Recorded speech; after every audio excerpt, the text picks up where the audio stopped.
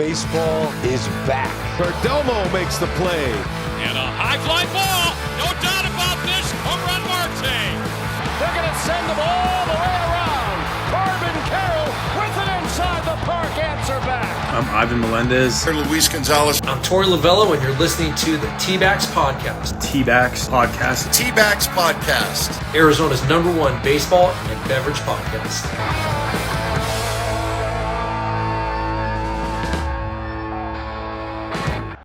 Hello, everybody, and welcome back to the Dbacks podcast, bringing you all the latest Dbacks talk and tea from here across the pond in London. We're proud to be Arizona's #1 baseball and beverage podcast. I've got my English breakfast tea here as we're recording this early in the morning on this kind of cloudy Friday here in February. There's two pieces of news on the Dbacks beat this week. The first, obviously, is that Geraldo Perdomo signs a 4-year extension with the Diamondbacks, and that's perhaps unsurprisingly. We all know how valuable his presence in the infield and clubhouse is. So it's, a good, shrewd move by Mike Hazen and co. There's been lots of people calling for him to receive the captaincy for the Diamondbacks going into this season. He's a guy who kind of links that infield together really well. He's pretty much guaranteed to be our everyday shortstop. So I don't think there's any surprises there when it comes to getting Perdomo back in the lineup, getting him locked down for the next few years. Not exactly the most productive bat all the time. Doesn't really have that much power to speak of. However, he's very useful when it comes to going out there and, not swinging at pitches, getting on base. Doesn't really, hit for, doubles or triples that often, but draws a lot of walks and has basically like I think it's the top percentile when it comes to bunting in the major leagues. So yeah, shout out to Perdomo, the bunt king. A lot of people have said if there was a home run derby for bunting during the All-Star festivities, I think Perdomo would probably win that. So yeah, that's the first piece of news this week. The second piece of news is that as this episode is recording and releasing, the Diamondbacks are getting ready to play ball for the first time in 2025. And it'll be Corbin Burnes on the mound for just that one inning versus the Colorado Rockies at Salt River Field. So shout out to everybody who's lucky enough to be going out and enjoying the slightly warmer weather in Arizona, going out to Salt River Field to go and watch the Diamondbacks throw a baseball for the first time in 2025. It'll be sort of our first real look at the roster, playing baseball in anger. And we will be reviewing the first week of spring ball next week when we look at the movers, shakers, and outside names who might be looking inwards at a chance of making the Diamondbacks 2025 roster. But that is not the main talking point of this episode today. Today, we're sitting down to discuss a rumor of massive proportions. We're talking about the man JD Martinez has dubbed the pitcher killer, the soon-to-be free agent on their way out of Toronto. We are talking about Vladimir Guerrero Jr. Of course, he's a full-time All-Star, son of a Hall of Famer, and he may be coming to the Diamondbacks. Where's that one come from? Well, the source for this is a story coming from CBS News' Matt Schneider, who has compiled a ranked list of teams that are potential landing spots for Vladdy following the news that he has rejected the Blue Jays' offer of an extension to his contract. On this list, the D-backs are ranked third. We're only behind the Yankees and then the Blue Jays as a return for Vladdy. So today in the episode, we're going to break down, what are the circumstances that led to people putting us so high on the chase for a guy who might be about to go out into the free agent market and make $500 million. We're going to look at whether or not he'd be a good fit for the Diamondbacks, what he would bring to the table, of course, beyond, being probably the face of the franchise or pretty close to it. Sorry, Cattell, sorry, Corbin, but, neither of those guys have been on the cover of MLB The Show yet, and doesn't look that likely to be happening in the future. I think it's Paul Skeens, Ellie De La Cruz, and Gunnar Henderson on the cover of the game this year, as from what I've seen. So another year goes by, another completely wasted opportunity for San Diego studio to go out and put Diamondback on the cover. I think you could definitely make a case for Corbin Carroll to get that, especially if he has a good year. That next year we'll have to just see what MLB The Show 26 has in store. Anyway, let's get back on topic. Let's talk Vladimir Guerrero Jr. and those teams that are chasing him. So the Yankees and the Blue Jays, as well as us, are both definite possibilities. Toronto certainly have the cash in hand. He's sort of the homegrown star. He's the face of that franchise. They've been bidders and big bidders, and that for both Ohtani and Soto. And then the Yankees have the opportunity to sort of let Paul Goldschmidt walk at first base when his first year deal expires. He's only signed a 1-year deal, of course. He's getting up there in age. He's 37 now. We talked about whether or not Goldie would potentially make a return to the D-backs, but that's not looking very likely now. He's at the Yankees. But, looking at that scenario, when it comes to, there's a 1-year deal for a first baseman for New York and why they might, seek to replace their first baseman with Vladdy. Very similar scenario is the case at the Diamondbacks. Josh Naylor, who's a new arrival, and we haven't seen much of him in a Diamondbacks jersey yet. He's also only on a 1-year deal. So if he doesn't quite meet the expectations that we have for him coming in from Cleveland and being that big power hitter, obviously not quite as good defense as Christian Walker, but Christian Walker's a Gold Glover at defense when it comes to first base. If Josh Naylor doesn't quite hit the standard we're expecting of him, he might be on his way out at the end of his 12-month contract. Now, the main sticking point here, any deal for Vladdy would be a pricey one. Naylor is on just under $11 million a year. It's sort of $10.95 million a year. Whereas Vladdy is going to earn just shy of $30 million this year, and that was just on his 1-year extension that he signed for this year. And many outlets are going to be reporting that the soon-to-be 26-year-old could be looking at, Juan Soto money. And, it would certainly be justified in the eyes of many. If you look at his numbers last year, Vladdy hit 323, 396, 544 with 30 home runs, 103 RBIs. And this is at Rogers Center as the homestand as well, which, isn't always a super hitter-friendly park. And if we go and consider how Vladdy may perform in, desert altitude, for example, I know Chase Field isn't quite as hitter-friendly these days as it has been in recent years, but things could start to look very different. Chase Field ranks as a 101 park factor on Baseball Savant, with Rogers Center ranking anywhere from 100 to 96, depending on where you look and when. And the last time Vladdy played at Chase Field, he was 2 for 5 with a double, a homer, an RBI, and he didn't strike out. I think that's probably what you call worth the dough. And then, of course, dough is maybe the main sticking point, main hurdle to overcome if we want to see him in the desert next year. Vladdy has confirmed that the Blue Jays' offer of $340 million was nowhere close to the number he was sort of looking for. And we don't know quite how many years that is either. But this is also a pre-Soto signing figure. All these discussions initially were happening before the Mets went and spent the GDP of several small countries on Juan Soto. So, the sky may no longer be the limit when it comes to just how much money we're going to have to offer Vladimir Guerrero Jr., or any team for that matter, are going to have to offer him in order to entice him to sign with their team.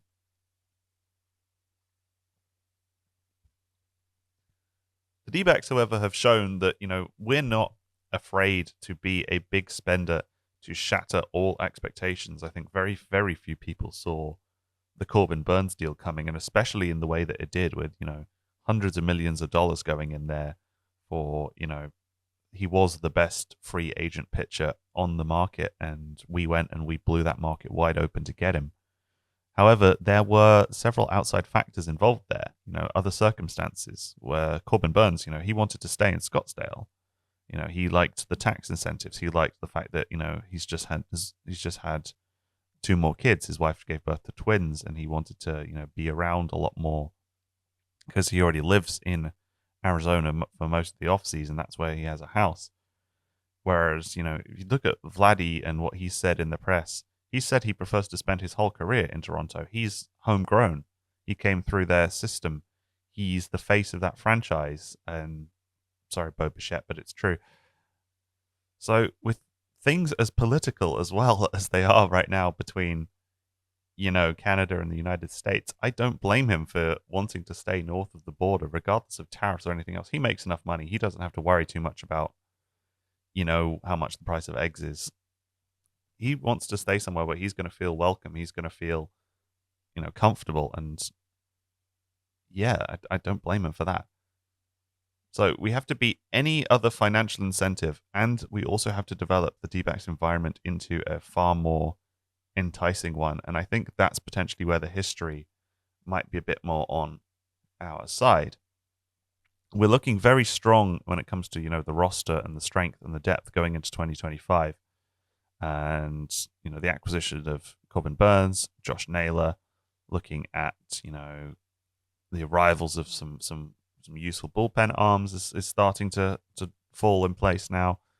It's got a fully fit Ketel Marte. Corbin Carroll's here. We got the great battle for center fielder with Jake McCarthy versus Alec Thomas. Lourdes Gurriel is always a reliable left fielder. Our infield's looking pretty solid now. Perdomo's locked down to a new deal. There's hope that, Gino Suarez can have a really strong year and not get off to such a cold start like he did in 2024. So this team is looking pretty good when it comes to our outlook for 2025.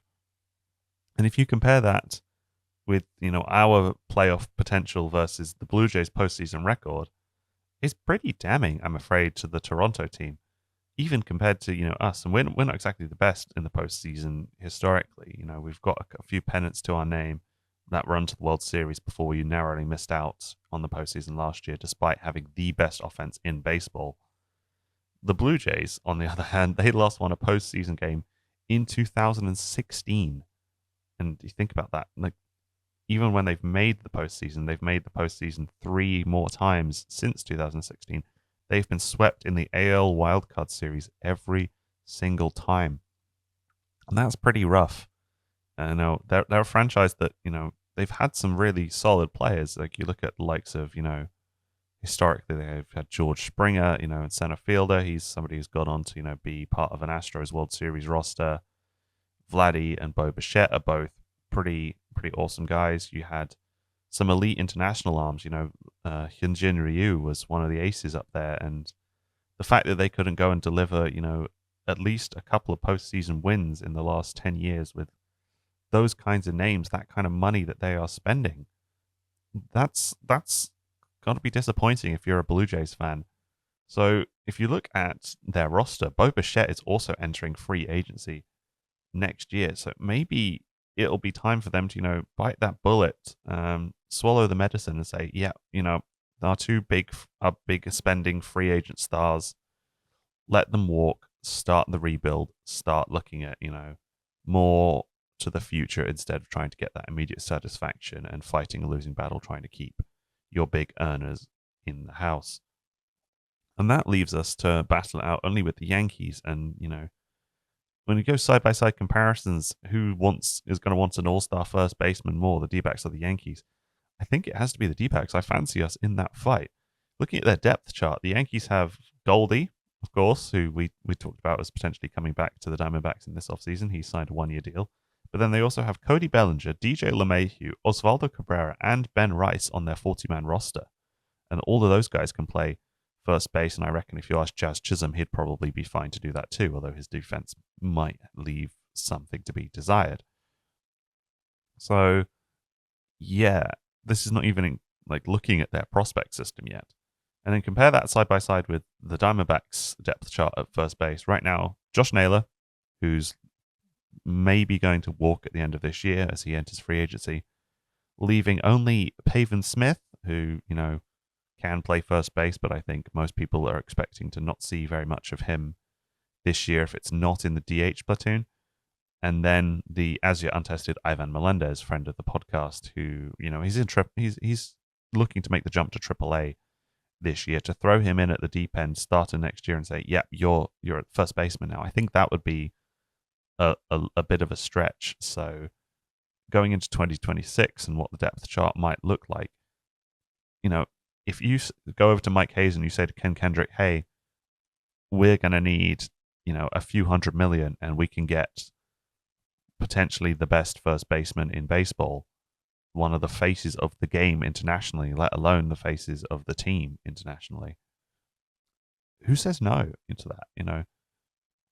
We can spend big when we want to, and if Vladdy wants to be the undisputed first baseman when no one's going to get close to him, the D-backs are the team to go to. You don't want to be scrapping with 4 or 5 other guys for that starting spot that he might be at the Yankees, especially if his form in 2025 isn't as good as it has been in recent years. I really, really like those odds when it comes to who we might be competing with. And I know that projecting the 2026 hot stove might be unrealistic when a pitch is yet to be thrown in 2025 as I record this.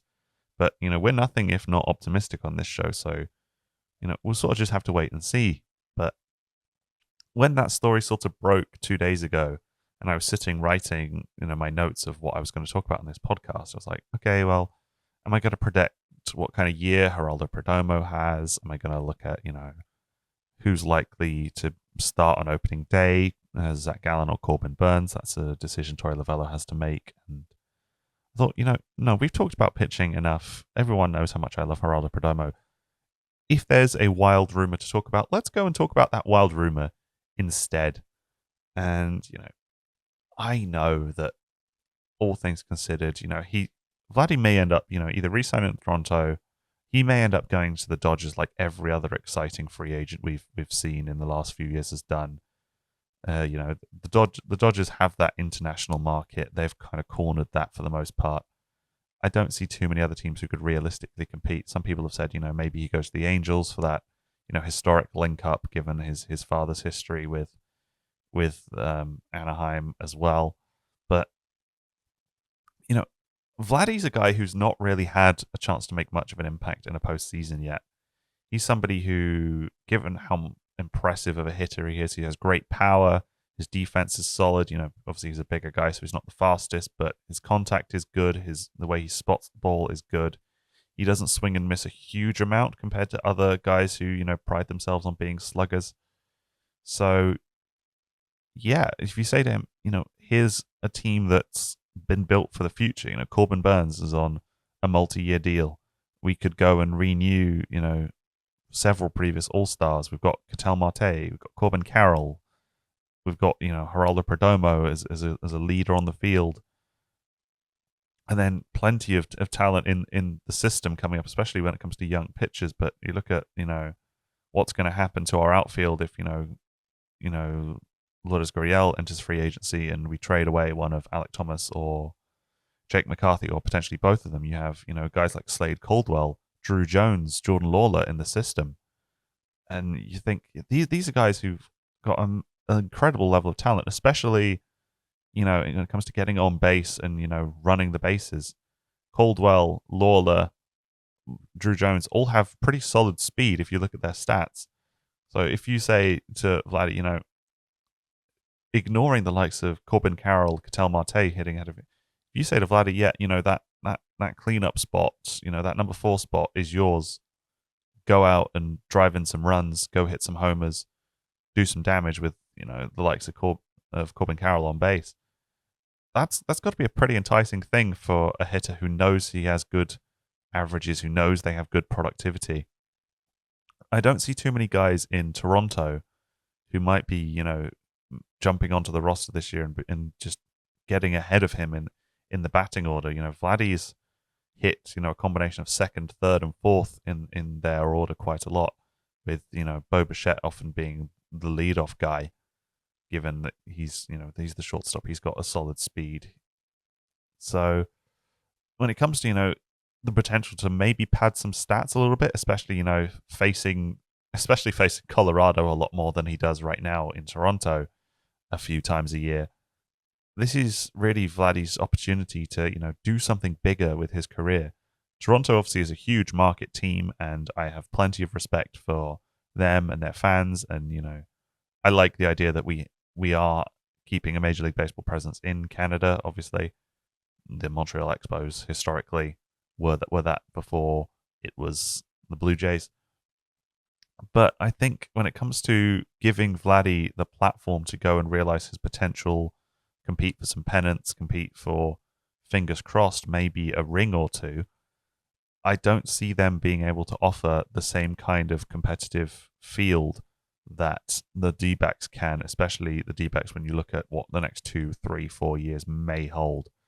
And the best way to demonstrate that, of course, would be to go and have a good year in 2025.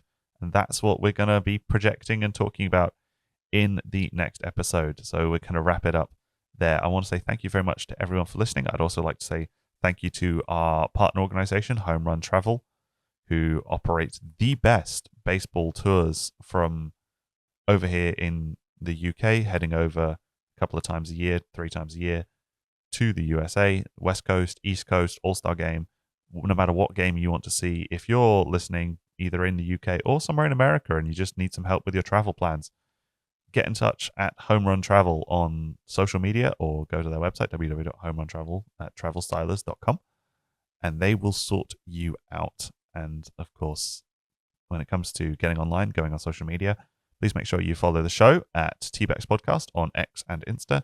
We are also at Dbacks on TikTok, and you can follow me on X as well at GB_Diamondback. Thank you very much for listening.